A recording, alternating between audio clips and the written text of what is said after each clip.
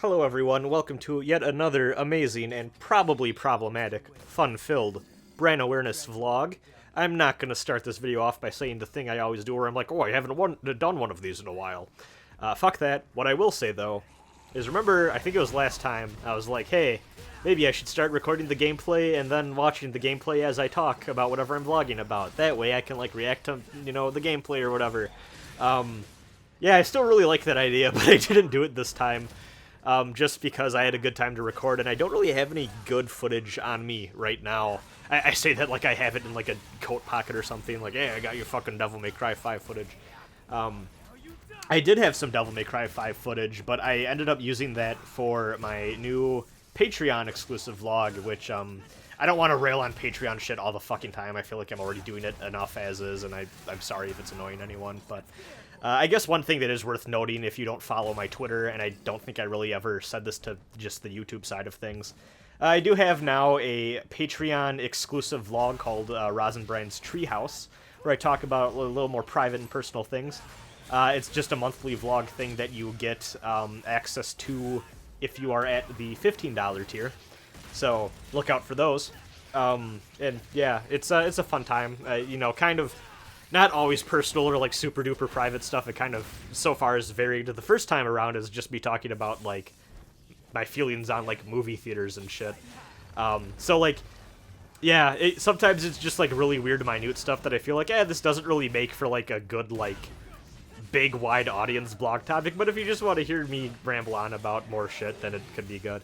Though the last one, which I just recorded, like, a few days ago or whatever, was me talking about, like, my thoughts on dating coworkers and how that changed recently, and like also somehow eventually ended up being a vlog about like my evolving view of like religion from like when I was young to like now, and like my view on God, and also also like my view on like sex and stuff. I don't know. It's a whole fucking thing. It gets a little spicy, not gonna lie. So if you're over 18 and you want to hear me talk about that stuff, head on over to Patreon or whatever. And, yeah, I'm not going to show myself anymore. But what I will say is I'm very, very pleased with the whole Patreon support stuff so far. It's been honestly amazing, and, like, honestly, I didn't think it'd go as well as it would. I figured there'd maybe be a couple people mad at me about it, just because, I'm a little weird when it comes to scheduling videos, but, like, let's click on the thing right now. Yeah, there's only 2 thumbs down so far out of 87 thumbs total, so you know what? That's pretty cool. I'm really happy about that. So thanks everyone who's ever shown support. Not even just like the whole financial part of it, just like anyone who was there for me for that and had my back and all that, and still making cool videos, trying to make cool videos as much as I can while also staying rested and not stressing myself out or all that. Just like I guess like a life update, I guess. In a few weeks, actually, like a little bit before E3, which is going to be curious because I usually take off of work for E3 just to be able to like hang out and have, cool Discord calls with friends and react to press conferences, and it's the start of the summer, it's nice weather, so that's also part of the reason I usually take off around that time, because around this time of the year I'm feeling antsy at work, and I just need a week worth of vacation or whatever, so why not do it when it's also E3, I guess, though also this year's E3 seems a little weird, and I'm probably going to be, well, I am going to be recovering from surgery, actually, which most of you at this point probably know. I have a weird leg thing involving an incident from when I was a kid, yeah, it's just been hurting a lot the past like year or so, and like if things ain't right as it should be. It's not like this is like an unprecedented thing that like nobody ever knew about, or like these sort of problems have never come up before. It's just this time it's like, maybe this time it's worth actually going in and playing around with my ankle a bit and doing some actual under-the-knife stuff, so, that also, I don't really like talking or thinking about this, honestly, but I should probably be open with y'all,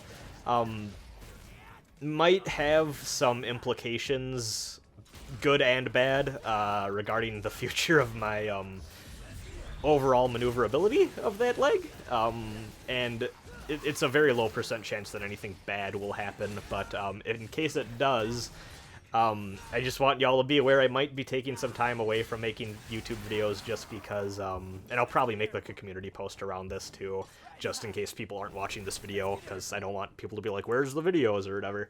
But like, in the event something goes bad and like my mobility regresses to like some of the problems I had when I was younger before like stuff was better,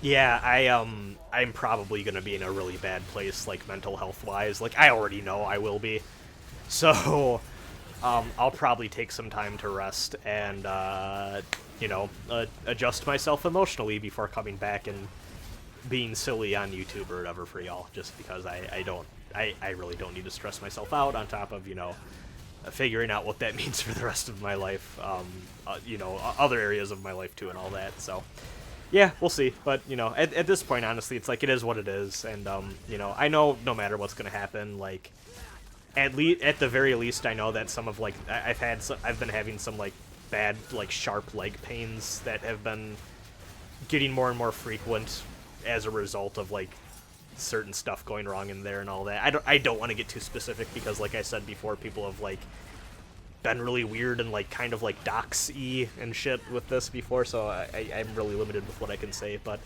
you know, it's gonna be a good thing when that's done with, just if only because I won't have to deal with those random pains coming up. Like, you know, it's just never fun. It's not good.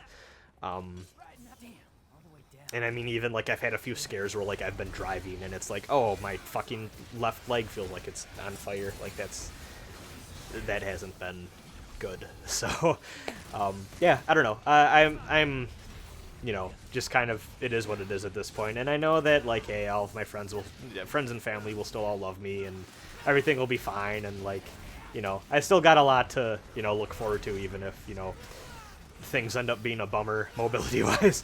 So I don't want to dwell on this anymore. I've already spent way more time on this part of it than I really wanted to. But yeah, just be aware that around early June, I don't know how around I'm going to be. So sorry about that. I'm still going to try getting all of, like, the Patreon stuff out, just because, you know, people pay me for that. But yeah. And also, too, actually, just part of it is not only just, like, my emotional well-being, but, like, we actually don't really know, this is weird, but, like, we don't really know if I'm going to, like, need physical therapy. Like, I mean, I will for, like, a little bit there just to, like, get back into the swing of things, but, like, who knows. But, what I really wanted to talk about, now that we're almost 10 minutes in, or so, whoops, is I want to talk about,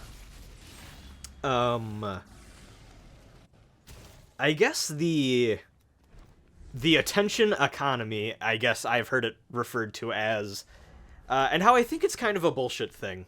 Well, bullshit in the sense that I don't think it's wrong. I don't think that the phrase attention economy is wrong in the sense that it's like a misnomer, or it is inaccurate to what it actually is. And for those of you who don't know, it helps if I probably explain the fucking thing.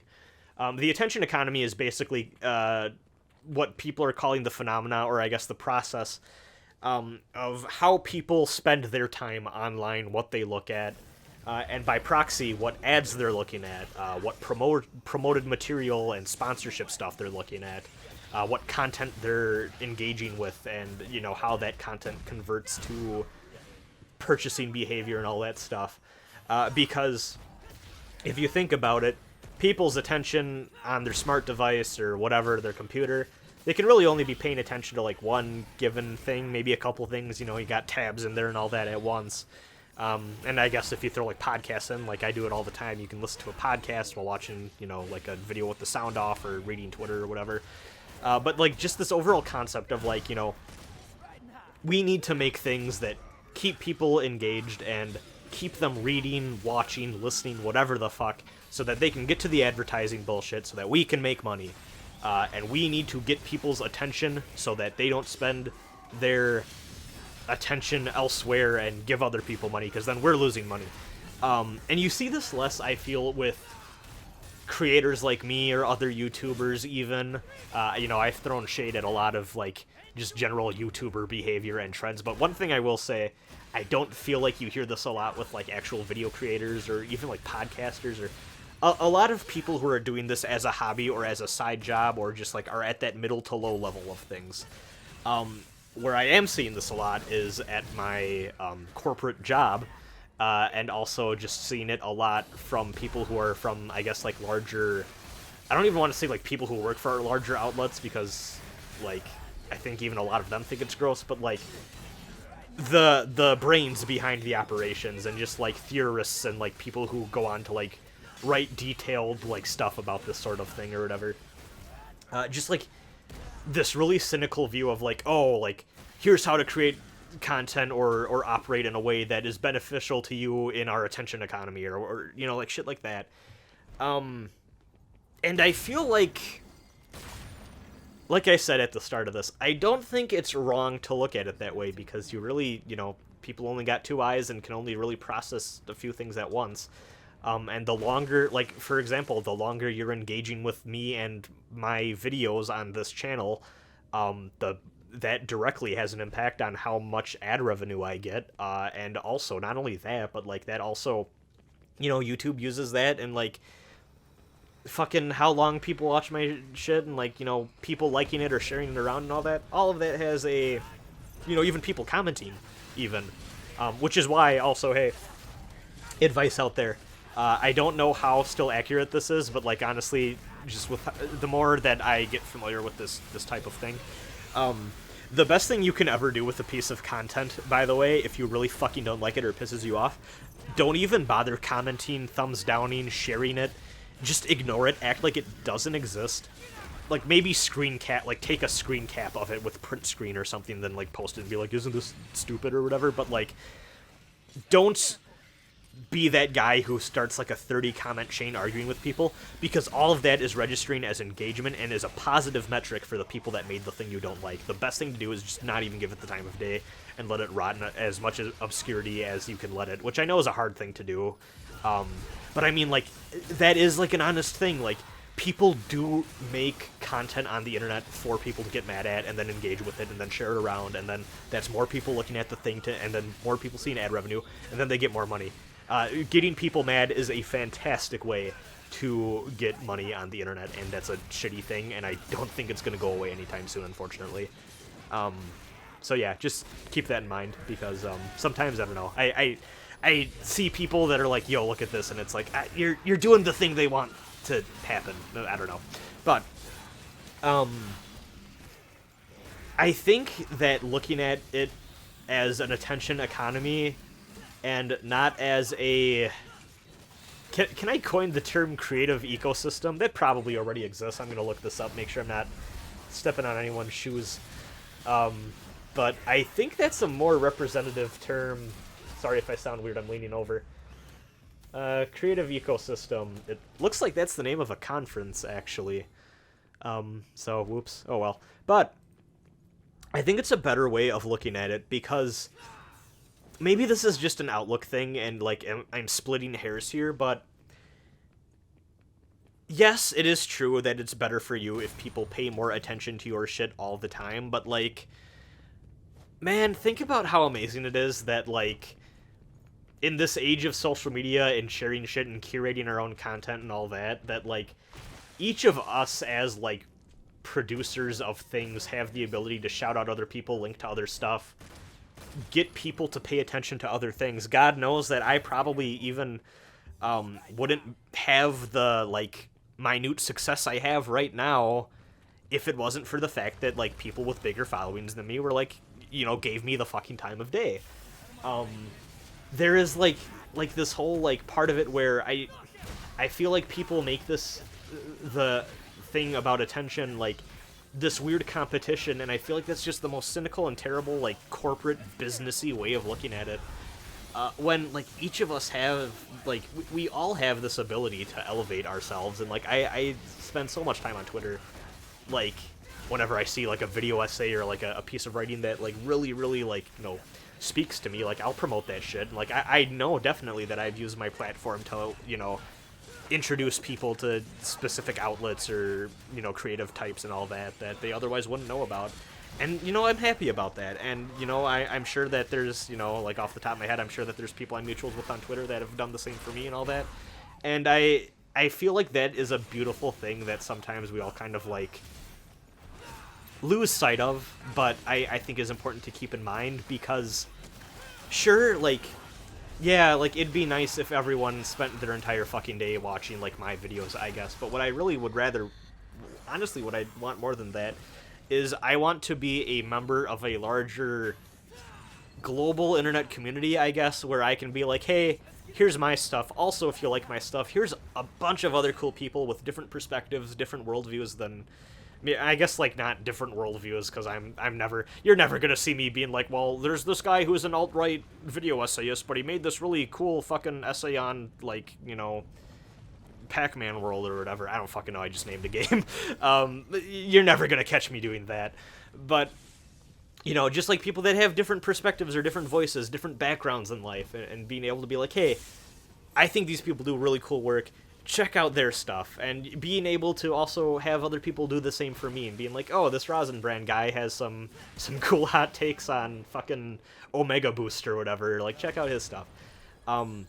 Like, it's honestly, like, as easy as it is, I can't speak, I'm getting too worked up, you could feel me getting energized about this fucking thing, I'm getting impassioned. As easy as it is to be cynical about the internet and the fact that we're being spied on all the fucking time, and, like, ad revenue isn't what it used to be, and, like, it's getting harder and harder to make a living on here, like, just the very act of, like, being able to, like, compress things and share them around and being able to uplift, I think is something that we all need to, you know, really take to heart and be like, hey, we have that power to draw attention to other things that we want to see do well.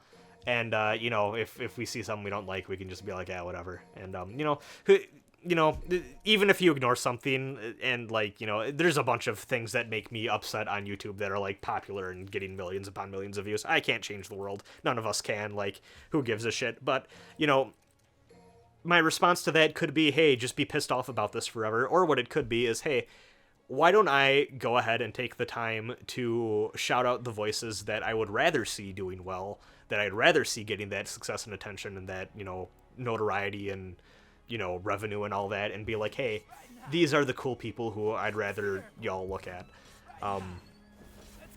Yeah, I you know,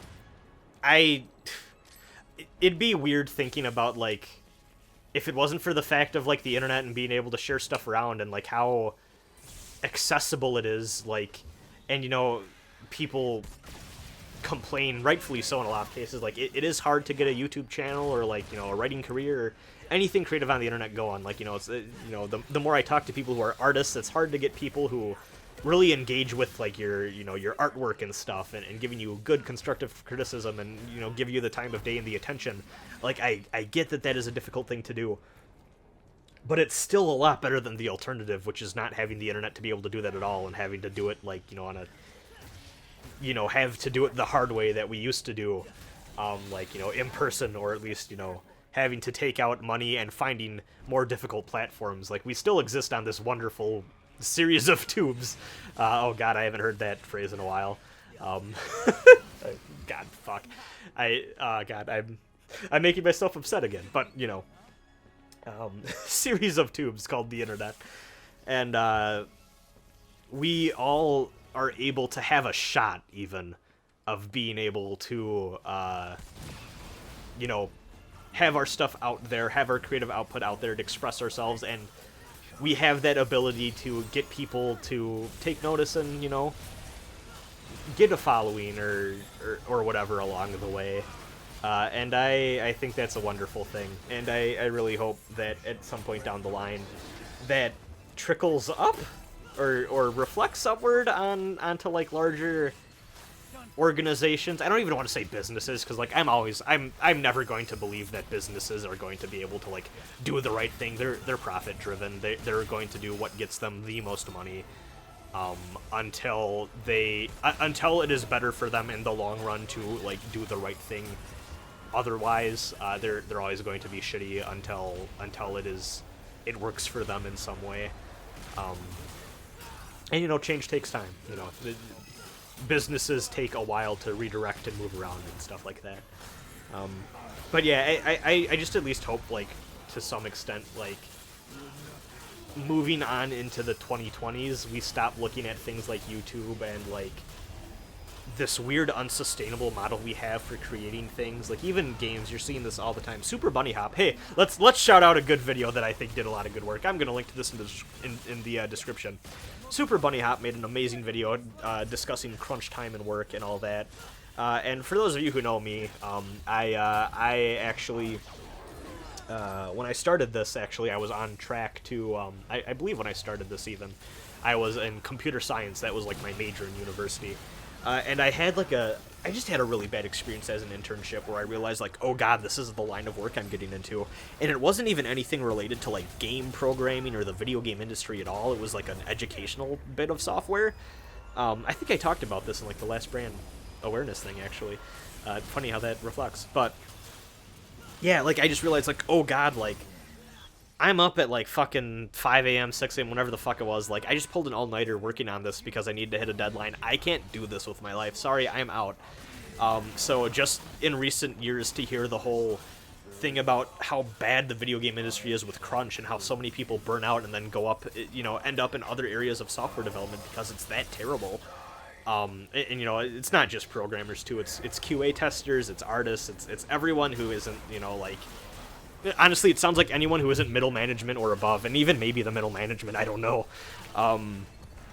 is just pulling terrible, terrible hours and just, like, horrible working conditions, and they're just not being compensated fairly, and they're just being overworked so young, and that's so shitty. But I think part of that, too, you know, part of what came out, and it's funny, because in that video, even George, Superbunnyhop, is like, oh, hey, like, I bet by the time between me editing this video and this video going up, there's going to be other stories about crunch. And sure enough, there was another story coming out about, well, there's two, actually. I think one was NetherRealms, and people came out talking about some bad stuff there. But the other one that came out was Epic Games and how bad they are with crunch for the Fortnite team, because Fortnite is, like, you know, the hottest video game ever. And they want to update super duper fast and super, you know, super rigid and all that. And on the flip side of that, you have Respawn Studios, the people behind Apex Legends, which I want to make I want to make more Battle Royale videos because they're always fun to make, even though I know most of y'all don't want to see that from me, I feel. But I have fun making them, and I know a few of you care. I think I should jump on Apex and maybe record a video for that or whatever. I never recorded a Black Ops 4 Battle Royale thing either that I ended up... I streamed it once, but I never uploaded the archive because I wasn't happy with it. Anyways, yeah, that was a tangent. Sorry about that. Like I said, I'm hyper all of a sudden. I got really passionate talking about this more than I thought I would. Yeah, so just this whole thing came out about, you know, Respawn Studios doesn't update their game a lot because they're trying to avoid crunch as best as they can. But there's consequences for that in the sense that they can't put out stuff on the same base, you know, the same regular basis that people who do crunch can. And that sucks because you have so many people out there who are like, oh, well, I don't want games to take longer to update, or I don't want games to take longer to, I don't want games to take longer to come out, or I don't want games to be more expensive, you know, all of these different things. Well, for one, it's part of this whole trend as games are less becoming individual pieces of art. I don't even want to say that, because I do believe games as a service, like, are art in their own right. Like, I would never say Overwatch isn't a piece of art, or League of Legends isn't a piece of art. I think they are in their own right. But these are services. These are software platforms that are updated and provide a service, and are like these live, living, competitive arenas in which people interact with their friends, competitively or casually or whatever. And there comes along with that a certain sense of expectations and a level of support that comes with that. So, you know, we can praise the developers that are like, hey, let's not crunch, and we should, but also, too, like, there's gonna be so many irrational people that, I don't even want to say irrational, but, like, shitty people. Let's just say shitty people, because I'm sure there's a lot of people that know better, but they just are assholes, saying, hey, no, like, overwork your staff so that we can get the thing faster. And that sucks. That really sucks. You know, our expectations as, like, game players is so fucked for the, you know, the, like, pace of things and when it should come out, and even, like, all this sort of stuff. Like, we've created, I don't even want to say we, but, like, developers have somehow managed to create this, like, situation where I question, like, I know people are like, oh, there's gonna be another video game crash. I don't believe that. I think it's too big to be in a place where that ever really happens in the same way as it did with Atari and stuff like that. But I definitely think there's going to reach a point where AAA games become so expensive and so bloated to make, and just stop reflecting what people actually want, that there needs to be a radical shift somewhere down the line. I don't know if that means, like, hey, games are going to be more expensive, which, honestly, I would not be surprised if next generation we start to see that jump up to more expensive games. And hey, I'd argue so many games nowadays, it's like, oh, well, you can buy the game, or you can just buy the $80 Ultimate Edition or the $100 Super Duper Deluxe Edition or whatever. Like, we're already getting that sort of, like, incremental, like, base price through that. You're seeing more and more games use microtransactions and, like, loot-based systems where they want you to keep putting money in and all that, and like, even a lot of those games aren't pulling in the numbers that, you know, it seems like they want.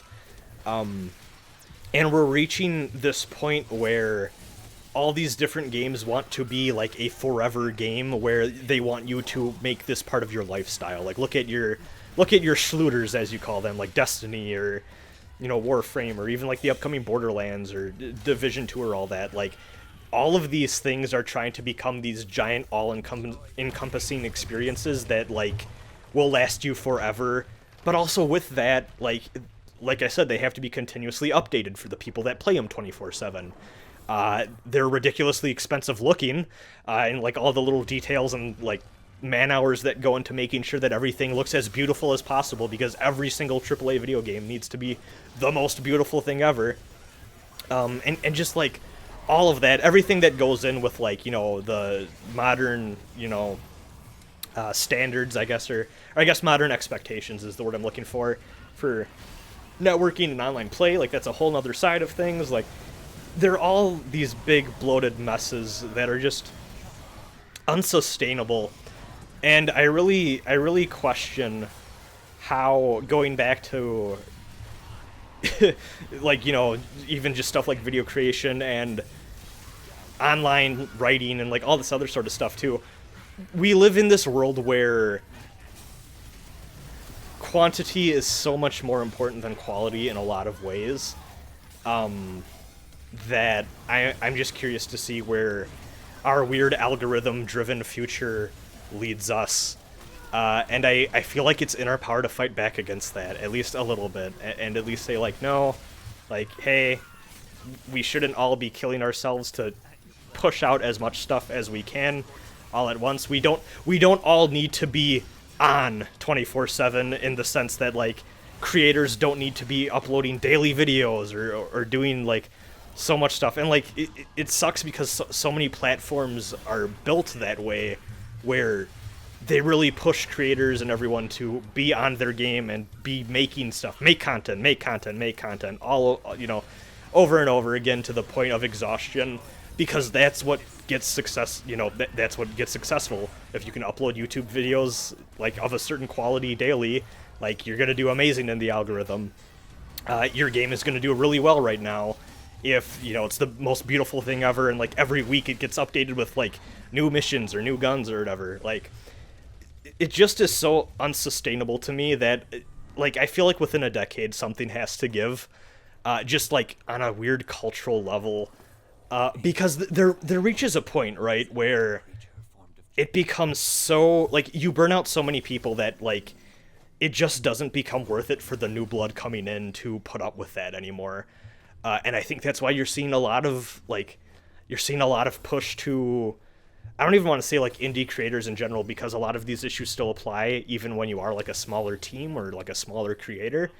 But I do think you are seeing noticeable pushback against all of this as like a whole cultural thing, and this push towards, you know, always having something and always having someone paying attention to your stuff.